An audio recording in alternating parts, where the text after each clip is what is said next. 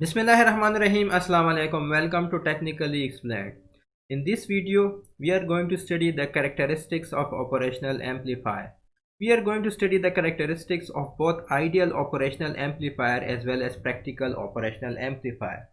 So the first characteristic is that ideal operational amplifier has infinite input impedance, whereas the input impedance of practical operational amplifier is very high, few mega ohms. The ideal operational amplifier has zero output impedance, so the output impedance is going to be zero of the ideal operational amplifier, and the practical operational amplifiers has very low output impedance. Typically it is less than 100 ohms. The open loop gain of the ideal operational amplifier is infinite, so I can write it, the open loop gain is infinite, whereas the practical operational amplifier has very high open loop gain but not infinite. Typically this is around 10 raised to power 5 to 10 raised to power 6, which is 50 to 60 dB in dB scale. The ideal operational amplifier has zero offset voltage, which means that if we apply a zero input signal, the output will also be zero. This is not the case in practical operational amplifier. There is some offset voltage in case of practical operational amplifier. So even if we apply Vin is equal to 0, that is input voltage 0, there is some output voltage. There is some output voltage. Other thing is that ideal operational amplifier has infinite slew rate. We will discuss the slew rate in coming videos, in coming slides. It also has infinite bandwidth. It also has infinite CMR. CMRR stands for common mode rejection ratio. Now, what is slew rate? Slew rate is defined as the maximum rate of output voltage change per unit time.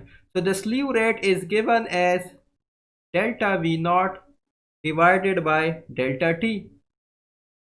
And this time is actually in microseconds. So the unit of slew rate is actually volt per microseconds.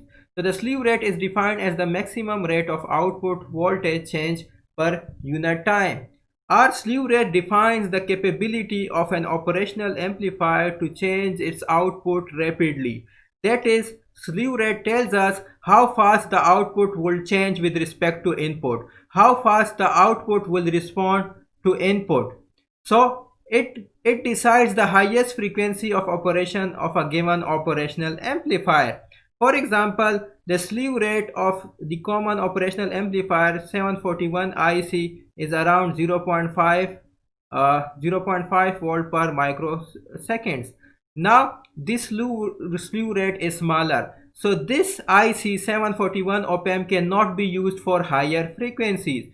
So the slew rate also decides the highest frequency of operation of a given operational amplifier. This operational amplifier has lower slew rate, so it cannot be used for higher frequencies. And if the limit of the slew rate is exceeded, it can distort the output waveform. The output signal will be distorted. The output will not be an amplified duplicate of the input signal. There will be some clipping, there will be some signals clipping at the output. So the output will not be the exact amplified duplicate of the input signal. There will be some distortion at the output if the slew rate is exceeded. So we should not exceed the slew rate to get the output amplified duplicate of the input signal at the output. The slew rate of ideal operational amplifier is infinite. As we discussed earlier, that the slew rate of the output operational amplifier is infinite. Next is the bandwidth. Bandwidth of operational amplifier is defined as the range of frequencies for which all the signal frequencies are amplified almost equally without distortion. And as we mentioned earlier, that the bandwidth of ideal amplifier is infinite. That is, it is capable of amplifying all the frequency, where that is DC frequency, that is of 0 Hz, or it is a very large approaching infinite frequency.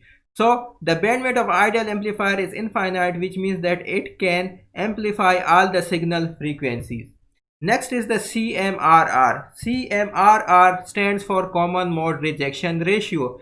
And we studied in our previous lecture that the function of an operational amplifier is to reject the common signal and amplify the different signal. So CMRR, or the common mode rejection ratio, is the measure of the ability of operational amplifier to suppress the signals common to the two inputs. So it is the measure of operational amplifier to reject the common signal and amplify the different signal. How much the amplifier is going to reject the common signal and amplify the different signal, that is given by the CMRR, common mode rejection ratio, and this CMRR is given by AD by AC, where AD is the differential gain. This is my differential gain, or the differential mode gain, and this is my common gain, or the common mode gain. So it is the ratio of the differential gain to the common gain, and dB we can represent it as 20 log 10 AD by AC.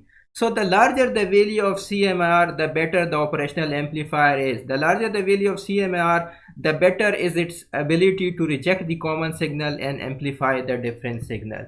Finally, we have the offset voltage. Now, offset voltage is defined as the voltage that must be applied between the two input terminals of the operational amplifier to obtain 0 volts at the output. Again, as I said earlier, that ideally we want that if we have a input signal is equal to 0, the output of operational amplifier will also be 0. But this is not the case in case of practical amplifiers. In case of practical amplifiers, whenever we apply some input, there is some output voltage. So the offset voltage is defined as the voltage that must be applied between the two input terminals of the operational amplifier to obtain 0 volts at the output. Ideal op-amp, as I mentioned earlier, has zero offset voltage. That is, if input is 0, that is, if ground is applied at the input, the output will be 0. If V in is 0, V out is 0. But this is not the case in practical op-amps. In practical op-amps, there is always some offset voltage at the output. So, for example, if I connect both inputs of operational amplifier to 0 volts, that is, I grounded both the inputs of operational amplifier, I will still find some voltage at the output in case of practical amplifiers. Say the voltage that I found at the output is 26 millivolt. Now this 26 milliwatt is unwanted voltage generated at the output, because I want that whenever I apply 0 volt at the input, I should get out 0 volt at the output. But this is not the case. I have applied 0 volt at the input. If you can see here, I have applied 0 volt at the input. I am getting some output voltage, which is the 26 millivolt. Now I need to apply some input voltage between the input terminals to get 0 volt at the output.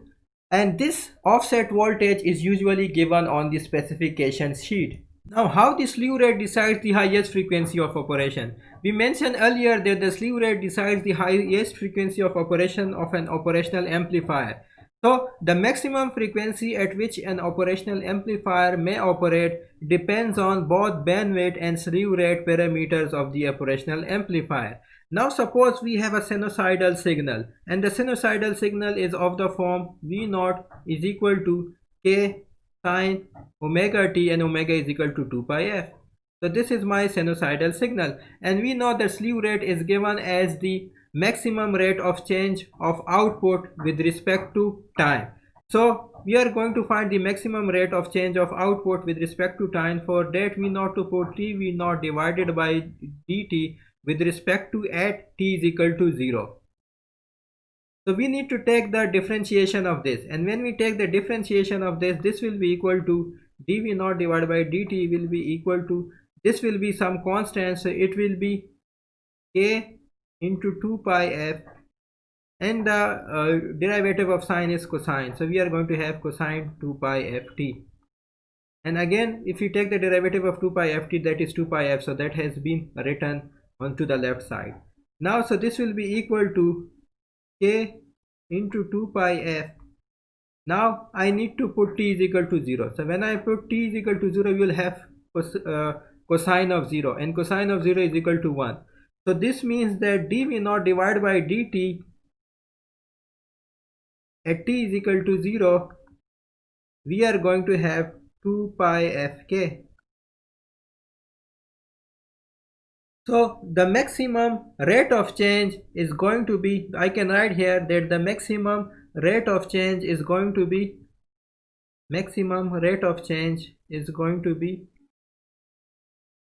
2 pi fk volt per second or volt per microsecond. So the maximum rate of change is going to be 2 pi fk. Now to prevent distortion at the output, this rate of change must be less than the slew rate. This rate of change must be less than the slew rate to prevent distortion, which means that 2 pi fk needs to be less than the slew rate to prevent distortion at the output. Otherwise our output will be distorted form of the input signal. To prevent that, to get an exactly amplified output of the input signal, we need to have slew rate, we need to have this 2 pi fk less than the slew rate, which is the maximum rate of change. So which means we can also write as that wk, which must be less than the slew rate, which means from equation 1 I can write that f must be less than slew rate divided by 2 pi k. Thus the frequency of operation is decided by the slew rate. So the slew rate is deciding the highest frequency of operation, because the frequency must be less than this value to prevent distortion. If the frequency becomes greater than this value, this slew rate divided by 2 pi k, then we will have an amplified distorted signal at the output. So thus the slew rate decides the frequency of operation. We can also write as W is less than slew rate divided by k. So these are the two equations, and this shows that the frequency must be less than the slew rate divided by 2 pi k, or the frequency omega must be less than the slew rate divided by k to prevent distortion at the output. That's why the slew rate decides the highest frequency of operation at the output. Thank you.